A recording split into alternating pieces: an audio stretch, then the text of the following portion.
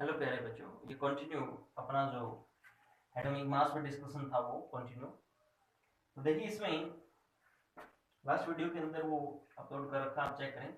मैं आपको बता रहा था कि जो एक एटॉमिक मास यूनिट होगी वो किसकी इक्वल होगी? मास of an atom of carbon 12। Carbon 12 जो आइसोटोप उसका जो मास होगा ना उसको 1/12 से मल्टीप्लाई कर दो, उसकी इक्वल होगी हमारी एटॉमिक मास यूनिट। तो देखिए जरा ये चीजें आप अच्छे से करें, आगे हम थोड़ा कंटिन्यू करते हैं नेक्स्ट टॉपिक।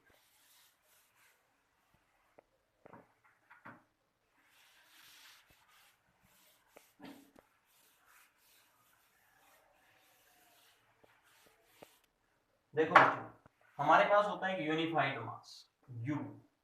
जैसे हम क्या बात करते हैं भाई 35.5 35.5 यू मतलब यूनिफाइड मास है ये किसका? क्लोरीन का, Cl का। तो ये कैसे आता है बच्चों? जो हमारे पास क्लोरीन है ना इसके दो आइसोटोप देखे गए हैं। कौन कौन से? 35 और 37। एक आइसोटोप होता है जिसका एटॉमिक मास 35 होता है और एक का होता है 37। इसको एवरेज एटॉमिक मास भी आप बोल सकते हैं या यूनिफाइड मास भी बोल सकते हैं। कैसे निकला है? ये जो आइसोटोप है ना नेचर के अंदर मिलता है 3।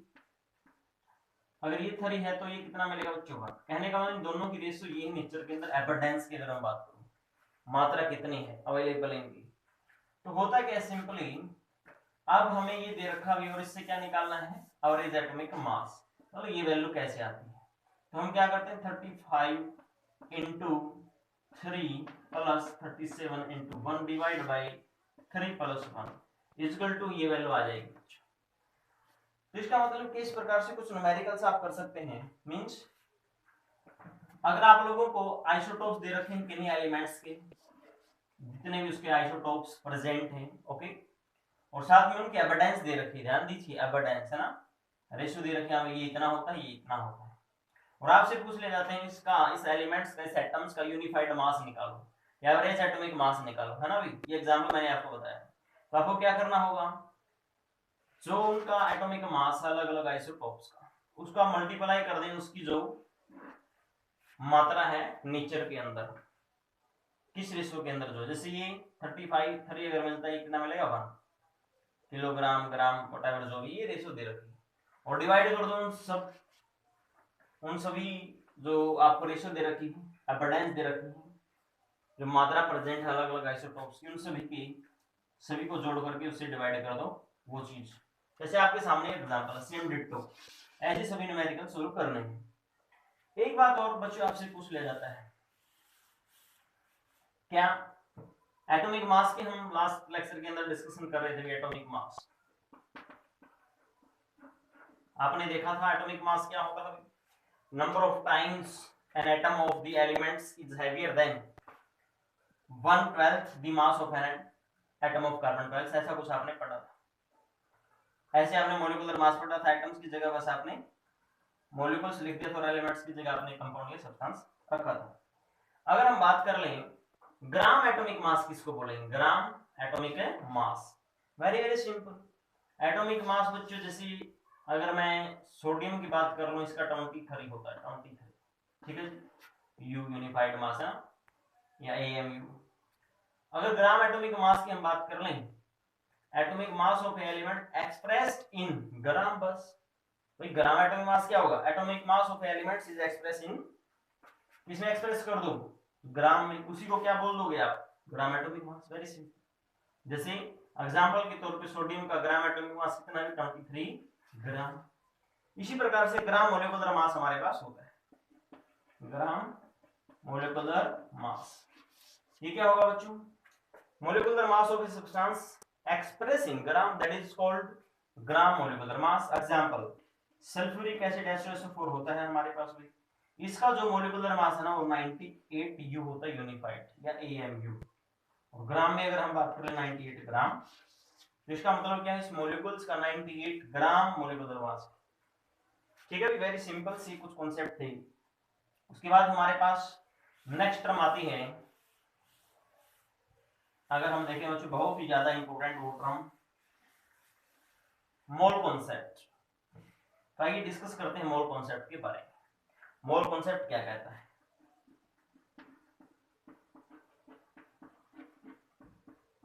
सबसे पहले हम समझेंगे बच्चों, जो मोल कॉन्सेप्ट है इसकी 3-4 डेफिनेशन है, और ये जो है ना एक यूनिट है। ये क्या है बच्चों? यूनिट। क्या करने की यूनिट है भाई? अमाउंट ऑफ सब्सटेंस को मेजर करने, पदार्थ की मात्रा को मापने की यूनिट। ठीक है भाई। और दूसरा आप इतना समझिए कि जो मोल है ना एक यूनिट है क्या करने की? नंबर देखने की। किसके number? Number of atoms, ions, molecules, मतलब पार्टिकल्स के नंबर को देखने की यूनिट है जो केमिस्ट यूज करते हैं। तो मोल क्या आपको पता चल गया भाई? Mole is a unit used by chemist for counting the particles, जैसे एटम्स, आयंस, मॉलिक्यूल्स, इलेक्ट्रॉन्स वगैरह जो भी चीज। ठीक है भाई। तो बताइए क्या है? यूनिट। इसलिए काउंटिंग दी एक यूनिट है, ये अमाउंट ऑफ सब्सटेंस को मेजर करने के लिए। और साथ में आप क्या बोल सकते हैं? केमिस्ट इसको इस्तेमाल करते हैं for counting the number of particles. ठीक है भाई। कौन से पार्टिकल्स? एटम्स हो गए, मॉलिक्यूल्स हो गए, इलेक्ट्रॉन्स हो गए, एटसेट्रा। इतनी बात आपको समझ में आएगी। अब इसको अलग अलग तरीके से हम समझते हैं। तो सबसे पहले हम डेफिनेशन देखते हैं मोल की, और उससे पहले हम एक एवोगैड्रो नंबर देख लेते हैं भाई क्या होता है।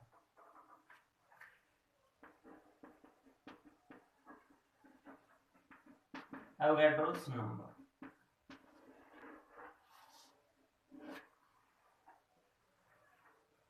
Avogadro's number. तो एवोगैड्रो नंबर्स देखते हैं हम बच्चे क्या होता है। It is the number of atoms. Atoms के नंबर है कौन सी? Present in 1 gram, present in 1 gram atoms, 1 gram atom of element. किसी एक एलिमेंट के ना 1 ग्राम एटम ले लो। क्या बोला है? किसी भी एलिमेंट्स के 1 ग्राम एटम ले लो, उनके अंदर जितने भी एटम्स होंगे ना, दैट इज एवोगैड्रो नंबर। वो एवोगैड्रो नंबर के इक्वल होगी। और यू कैन सी, और क्या बोल सकते हैं आप? और बच्चों आप बोल सकते हैं it is the number of molecules present in number of molecules present in 1 gram molecules, 1 gram molecule of a substance और कंपाउंड। या फिर आप यूं समझिए आपके पास है ना किसी पदार्थ के ना 1 ग्राम मोलिक्यूल है, उस 1 ग्राम मोलिक्यूल के अंदर जितने भी मोलिक्यूल्स की संख्या होगी, नंबर होगी, दैट इज एवोगैड्रो नंबर। ये डेफिनेशन है इसकी। तो देखिए जरा इसको हम n नॉट या फिर n से रिप्रेजेंट कर देते हैं। प्यारे बच्चों इक्वल टू इसकी वैल्यू होती है फिक्स, याद रखना आप लोग अच्छे से, बार-बार इसका इस्तेमाल किया जाएगा। n इक्वल टू होता है नहीं 6.02 into 10 का 23। ओके, बहुत इंपॉर्टेंट। कई बार क्या होता है जैसे आपको दे देते हैं 1 mol 1 मिलीमोल, ये जो चीज है किसकी इक्वल होगी? इसी प्रकार से 1 nmol, ठीक है जी। इसी प्रकार से 1 umol। तो प्यारे बच्चों ये मिली है, मिली किसके लिए इस्तेमाल करते हैं? ये जो चीज होगी किसकी इक्वल? 10 की पावर -3 इस m के लिए, मिली के लिए ये लगा दिया मैंने -3 मोल, इसका मतलब हो जाएगा। और इसका मतलब क्या है? 10 की पावर n नैनो, नैनो मतलब -9 मोल हो जाएगा इसका मीनिंग। और प्यारे बच्चों ये होता है माइक्रो का साइन, हमने लास्ट लेक्चर के अंदर ये डिस्कस किया होगा, कभी ना कभी चेक कर लेना आप प्लेलिस्ट के अंदर। 1 माइक्रोमोल किसके इक्वल होगा? 10 की पावर -6 मोल के बराबर होगा। ये कुछ चीजें हैं सिंपल सी न्यूमेरिकल्स के अंदर आपको मदद मिलेगी ये चीजें सीखने से, समझने से, सोचने से, देखने से। ओके, आगे देखिए जरा। Now will talk about various concept about mole. Concept means definitions of mole. First बच्चों mole in term of mass, in terms of mass. Mass के हिसाब से एक मोल का मतलब क्या है, मास के हिसाब से एक मोल का मतलब क्या है, इसको आप बोलते हैं फर्स्ट डेफिनेशन। फर्स्ट डेफिनेशन है भाई, है ना, किसकी, मोल। तो देखिए जरा इस डेफिनेशन के अकॉर्डिंग क्या बनता है। A mole is that amount of a substance, किसी पदार्थ की जो एक मोल है मास के हिसाब से वो मात्रा होती है, which has मास, जिसका मास होगा, which has mass equal to atomic mass. ठीक है बच्चों, देखो वो मात्रा किसी पदार्थ की जो किसके बराबर है, जिसका मास किसके बराबर है, एटॉमिक मास के बराबर, उसी को आप क्या बोलते हैं भाई, मोल बोलते हैं। या फिर और which has mass equal to, mass है जिसका मास इक्वल होगा, इक्वल टू किसके इक्वल होगा भाई, मोलिकुलर मास के इक्वल जिसका मास होगा उसी को आप मोल बोलेंगे इन टर्म ऑफ मास। ओके, तो भी देखिए ये कब बोला जाएगा, very very simple, it is the amount, a mole is that amount of substance which is mass equal to the atomic mass। यहाँ पे एक चीज और लिख सकते हैं आगे थोड़ा कंप्लीट करने के लिए, क्या, if substance is in atomic form, अगर आपका पदार्थ किसमें, एटॉमिक फॉर्म में है, तब वो अमाउंट किसकी इक्वल होगी, एटॉमिक मास की। और यहाँ पे आगे क्या लिख सकते हैं, if substance is present in molecular form, अगर आपके पास जो पदार्थ है ना जिसका आप मास देख रहे हैं वो मोलिकुलर फॉर्म में है, तो किसकी इक्वल मिलेगा बताओ, मोलिकुलर मास की इक्वल मिलेगा, तो ही आप उसको मोल बोलेंगे। एग्जांपल लेते हैं, चलो 1 मोल ऑफ Na है प्यारे बच्चों, सोडियम इज इक्वल टू होगा 23 ग्राम। और अभी अभी आपने इधर पढ़ा था क्या, एवोगाड्रो जो नंबर था उसकी डेफिनेशन, ये जो चीज किसकी इक्वल होगी, 1 ग्राम एटम्स ऑफ सोडियम। इस चीज की, इसके अंदर क्या होगा बच्चों, इसका वेट किसकी इक्वल होगा, इसको आप क्या बोलेंगे, 1 ग्राम एटम ऑफ सोडियम बोलेंगे। चलो और देखते हैं, देखो ये एटॉमिक मास होता है सोडियम का, और ये सोडियम क्या है, एटम्स, ये पदार्थ है ना, इसलिए एटॉमिक मास इक्वल हो गया। 1 मोल ऑफ O2 ले लें आप, ये मॉलिक्यूल्स हो गया, तो इसका मॉलिक्यूलर मास कितना होगा, 32 ग्राम ऑफ ऑक्सीजन। तो आपके पास अगर 1 मोल है किसका, ऑक्सीजन का, O2 का, मींस 32 ग्राम ऑक्सीजन है आपके पास। या फिर यूं कह लीजिए कि अगर आपके पास ना 32 ग्राम ऑक्सीजन हो बच्चों, उसका मतलब क्या हुआ, आपके पास 1 मोल ऑक्सीजन है। क्लियर हो गया। अगर मैं बोल दूं कि आपके पास 64 ग्राम ऑक्सीजन है, बताओ आपके पास कितने मोल ऑक्सीजन के, आप बोल दोगे 2 मोल हैं। और ये जो चीज है किसकी इक्वल है बताओ, 1 gram atom of the oxygen. ठीक है भाई, sorry 1 gram molecules of the oxygen, क्योंकि इधर मोलिक्यूल है ना ये। चलो ये था बच्चों मोल के बारे में इन टर्म ऑफ मास। अभी हम नेक्स्ट डेफिनेशन पढ़ते हैं, इसकी second definition of mole in term of number. किसकी टर्म में पढ़ेंगे, वो नंबर की टर्म में। देखिए जरा, ये सेकंड डेफिनेशन है, ये हो गया सेकंड डेफिनेशन, इंपॉर्टेंट है ये भी, मोल इन टर्म्स ऑफ नंबर। ठीक है बच्चों, तो लिखते हैं, ए मोल is that amount of a substance which has Avogadro's number of atoms if given substance is in atomic form। Please ध्यान से सुनिए, लिसन। क्या है नंबर की टर्म में मोल, a mole is that amount of a substance which has Avogadro's number of, आपको पता है एवोगाड्रो नंबर की वैल्यू इधर लिखी थी मैंने, क्या थी बच्चों, 6.02 × 10⁻23। Very good.